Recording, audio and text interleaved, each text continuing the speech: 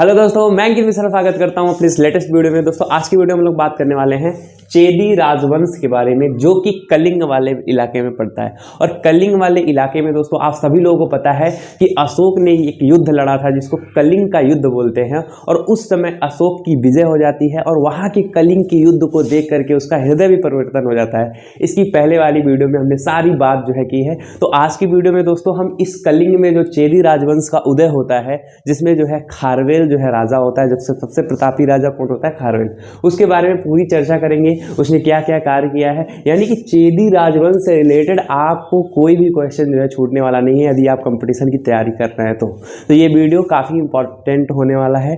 प्राचीन इतिहास का बहुत ही महत्वपूर्ण टॉपिक है दोस्तों, चेदी राजवंश के बारे में पढ़ना। हम लोग किस तरह से पढ़ रहे हैं उसका फ्लो चार्ट मैं आपको एक बार जो है रिकैप कर देता हूँ कि किस तरह से चीज़ों को पढ़ना है। आप सभी लोगों को पता होगा दोस्तों कि हम लोग लुसेंट जीके की जो भी बुक आती है उस बुक को हम लोग बहुत ही अच्छे तरीके से फ्लो चार्ट व डायग्राम की हेल्प से उसकी पूरी प्लेलिस्ट को कवर कर रहे हैं दोस्तों। आज हमारा लेक्चर नंबर 47 है। 46 वीडियो मैंने ऑलरेडी जो है चैनल पर अपलोड कर रखा है। तो अगर आप वीडियो नहीं देखते आ रहे हैं तो जाइए पीछे की वीडियो देखते हुए आइए, तब जो है आपको समझ में आएगा चेदी राजवंश आया कहाँ से। वैसे आज की वीडियो में मैं पहले 5 मिनट रिवीजन करूँगा ताकि आपको चीज़ें जो है अच्छे से कनेक्ट हो जाएँ, तब आप इस राजवंश को पढ़ेंगे तो बहुत ही अच्छे से क्लियर होगा। तो देखिए दोस्तों, हम लोग इसकी पिछली वाली वीडियो में मौर्य साम्राज्य के बारे में अध्ययन किया। किसके बारे में अध्ययन किया दोस्तों? मौर्य साम्राज्य। और मौर्य साम्राज्य दोस्तों भारत का पहला वो साम्राज्य था जो कि सबसे पहले क्या हुआ था, स्थापित हुआ था भारत में। ठीक है, किसके द्वारा स्थापना हुई थी इसकी? चंद्रगुप्त मौर्य के द्वारा। घनानंद की हत्या कर देते हैं चंद्रगुप्त मौर्य और मौर्य साम्राज्य की स्थापना होती है। बहुत अच्छे से चलता है दोस्तों, कई वर्षों तक राज चलता है, उस पर चंद्रगुप्त का राज चलता है। उसके बाद अजातशत्रु, उदयन, तमाम राजाएं आते हैं जो है इस पे क्या करते हैं, राज करते हैं। अशोक भी जो है क्या करता है, मौर्य साम्राज्य पे ही राज करता है। और अशोक के कलिंग युद्ध के बाद ही ये मौर्य साम्राज्य पूरी तरह से क्या होता है, डगमगा जाता है। ये सारी कहानी हमने पीछे वाली वीडियो में बात की है कि अशोक ने एक कलिंग युद्ध लड़ा था जहाँ पे दोस्तों करीब जो है 1 लाख से 1.5 लाख लोग मारे गए थे। और वहाँ के लोगों को लहूलुहान देखते हुए उसका हृदय क्या हो जाता है, परिवर्तन हो जाता है। उसको लगता है कि मैंने बहुत भारी पाप कर दिया है और उसी पाप के कारण वो कहता है कि अब मैं इस पाप को प्रायश्चित करूँगा। आज के बाद कभी भी मैं युद्ध की नीति नहीं अपनाऊंगा किसी भी राज्य को हासिल करने के लिए। तो वहीं से अशोक का हृदय परिवर्तन होता है और वो सबसे बड़ा कारण होता है मौर्य साम्राज्य को डूबने का, यानी कि मौर्य साम्राज्य के पतन का सबसे बड़ा कारण है कलिंग युद्ध। वहाँ अशोक का हृदय परिवर्तन होता है और अशोक के जितने भी जो है राजा होते हैं उसके बाद वाले, वो सभी लोग क्या करते हैं, युद्ध की नीति को नहीं अपनाते हैं। वो लोग धर्म के रास्ते पे चलने लगते हैं इसी वजह से। और बहुत सारे आरोग्य अधिकारी आते हैं जो अयोग्य नहीं होते, सॉरी, ठीक है, तो उनकी वजह से भी मौर्य साम्राज्य का क्या हो जाता है, विघटन हो जाता है। अब मौर्य साम्राज्य का पतन हो जाता है, मौर्य साम्राज्य का अंत हो जाता है, स्थापना होती है शुंग वंश की। अब शुंग वंश आया कैसे, देखिए पहले हमारे पूरे भारत में मौर्य साम्राज्य था। अब मौर्य साम्राज्य क्या हुआ, पूरी तरह से खत्म हो गया। तो मौर्य साम्राज्य खत्म हो गया तो कुछ हिस्सा बचा था मौर्य साम्राज्य में, तो वो जो है मौर्य साम्राज्य आगे चल के 2 भागों में बढ़ जाता है, जो कि हम लोग पढ़ रहे थे। इसकी पिछली वाली वीडियो में बताया था कि एक जगह पे जो है कौन राज करता है, एक जगह पे जो है जैसे विदेशी आक्रमणकारी, जैसे मान लीजिए भारत हमारा देश है, ठीक है। अब भारत में कुछ जो है राजा भारत के ही रहते हैं और कुछ राजा जो होते हैं वो विदेश से आते हैं, हमारे भारत पर आक्रमण करते हैं और यहाँ की ज़मीन को कब्जा करते हैं और वो उस जगह पे राज करते हैं। यानी कि मौर्य साम्राज्य के बाद भारत में 2 तरह का शासन आपको देखने के लिए मिलेगा। एक तो हमारे भारत के देश के राजा जो है शासन करेंगे और दूसरा जो है भारत के बाहरी लोग, यानी कि जो विदेशी आक्रमणकारी हैं वो आएंगे, शासन करेंगे। तो हमें क्या क्या पढ़ना है दोस्तों, मौर्य साम्राज्य के बाद हमें पढ़ना है विदेशी राजाओं के बारे में, यानी कि विदेशी साम्राज्य के बारे में, ठीक है। विदेशी इसको लिखेंगे हम, साम्राज्य के बारे में हम लोग पढ़ेंगे। उसके बाद हम लोग किसके बारे में पढ़ेंगे, एक पढ़ेंगे अपने खुद देसी साम्राज्य के बारे में। तो इसको जो है हम बोलेंगे देसी साम्राज्य। और सबसे पहले देसी साम्राज्य अगर स्थापित होता है तो देसी ब्राह्मण साम्राज्य स्थापित होता है, जो कि पुष्यमित्र शुंग के द्वारा होता है। अब देखिए दोस्तों, इसके पहली वाली वीडियो में हमने शुंग वंश के बारे में बात की थी, सातवाहन वंश के बारे में बात की थी, कर्ण वंश के बारे में बात की थी। तो ये सातवाहन वंश, शुंग वंश, ये आता है आपका देसी साम्राज्य में। तो इसमें हमने सबसे पहले बात की है शुंग वंश के बारे में, जो कि आप सभी लोग जो है इसके पहली वाली वीडियो में देख चुके होंगे। उसके बाद हमने दोस्तों बात की इस पे कण्व वंश के बारे में। कण्व वंश हमने देख लिया एक ही वीडियो में, शुंग वंश कण्व वंश दोनों की बात की गई थी।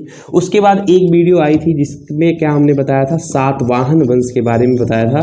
तो सातवाहन वंश से लेकर के जितने भी डाउट थे वो भी हमने क्या कर दिए थे, क्लियर करते हैं। और आज की वीडियो में दोस्तों हम लोग बात करेंगे चेदी राजवंश के बारे में। किसके बारे में बात करेंगे, चेदी राजवंश के बारे में।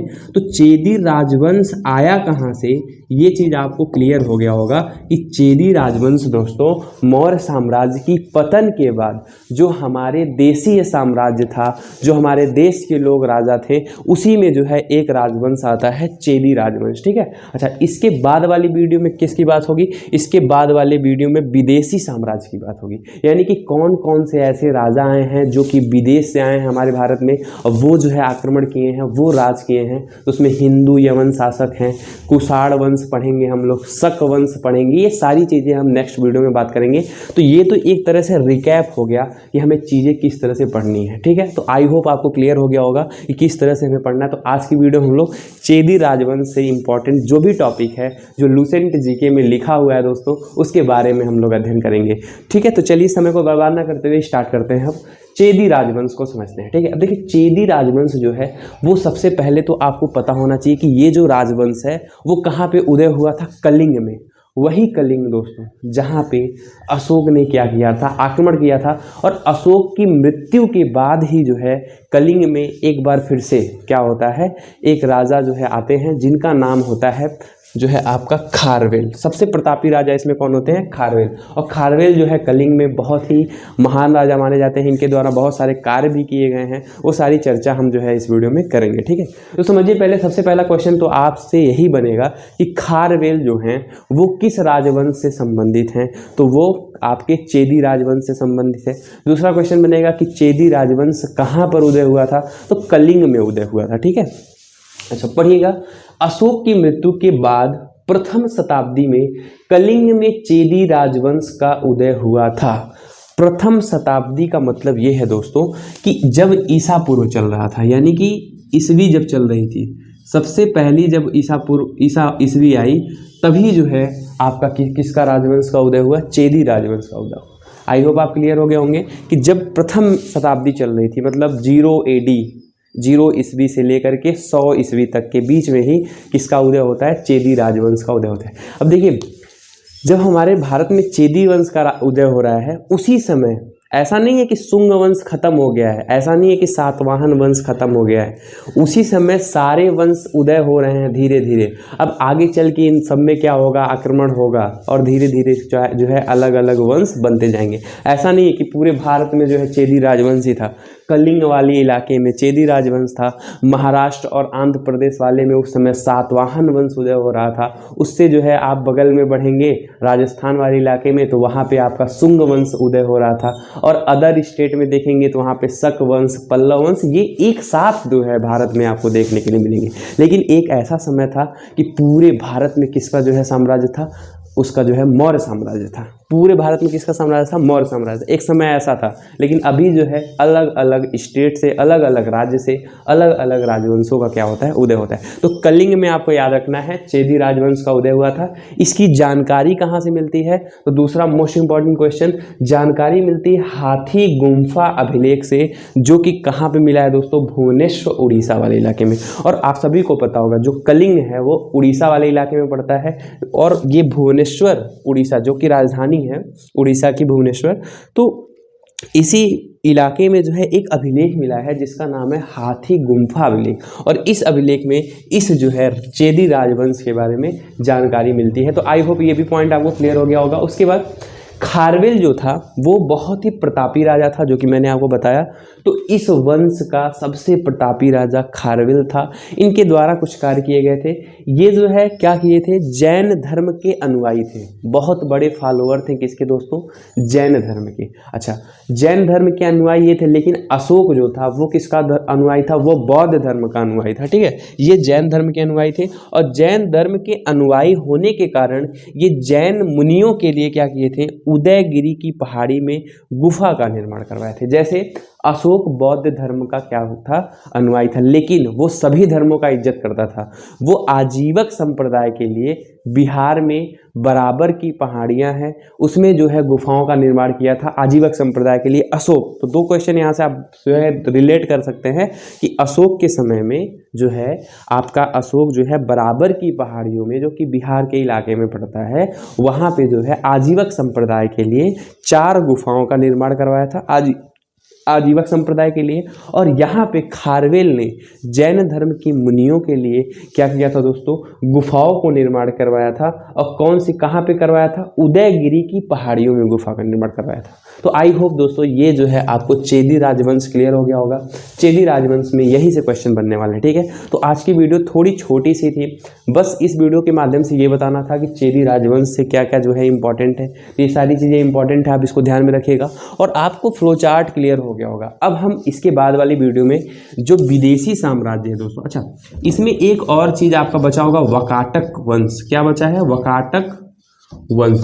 ये लूसेंट के पेज नंबर 18 पे दिया हुआ है वकाटक वंश। इसके बारे में भी हम लोग चर्चा करेंगे, वहाँ पे डिटेल में दिया है। इसी वजह से यह भी एक देसी साम्राज्य ही था वकाटक वंश, लेकिन इसका जो है चर्चा पेज नंबर 18 पे है। तो पूरा डिटेल में वकाटक वंश को पढ़ेंगे हम लोग, तो बिल्कुल भी घबराने की जरूरत नहीं है, ठीक है।